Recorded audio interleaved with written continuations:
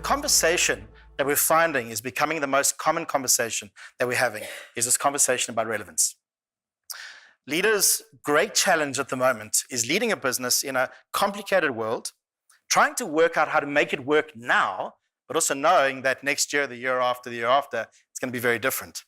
So they're asking themselves, how do we remain relevant in the context of, as employers? Because as Andy said, having the best people want to come to you, choose to come to you, come, stay, shoot the lights out, that's what makes you relevant. Because the organizations that are attracting and keeping the best talent are the ones that are winning and are going to continue to win. It is now a real race for talent. It's been a proverbial conversation for a long time. It's now very real. You need to have the best brains performing at this level to win in business these days. So that's the first half of the relevance conversation. And that talks to employee experience. How are you creating experiences that are going to get those people to want to come and to stay? While we were doing our research, we discovered that, because I've got a huge passion, particularly, Andy's very much the EX person, I'm very much the innovation person. We kind of meet in the middle and debate a lot. I was curious about, okay, so what makes great innovation organizations? And we went looking at a lot of the companies that are positioned as great innovators, as consistent innovators. What we found was very surprising and not surprising at all. They do the exact same things that organizations creating great employee experiences do. They do exactly the same things to create great innovation outputs. And it kind of makes sense. Environments in which people are being invited to participate. It's safe to innovate. It's safe to experiment. It's safe to make a mistake. It's safe to speak. We communicate. Knowledge is shared. And innovation is actually driven and experimentation is encouraged.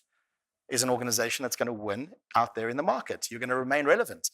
The essentials that spoke very specifically to innovation, awakeness, being switched on, tuned in, and adjusting to suit.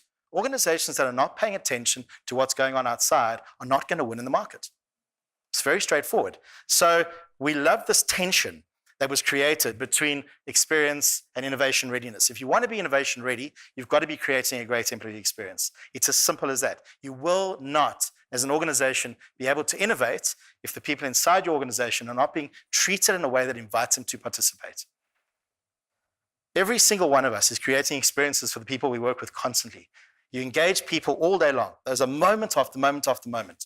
So the question I want to ask you is, are the people that you lead or work with being switched on and grown, or are they being switched off and depleted?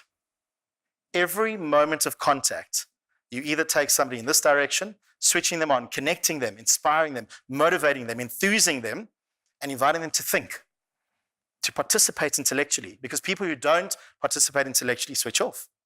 Or you're sending them in the off direction, switching them off, unenthusing them, not exciting them, and disconnecting them.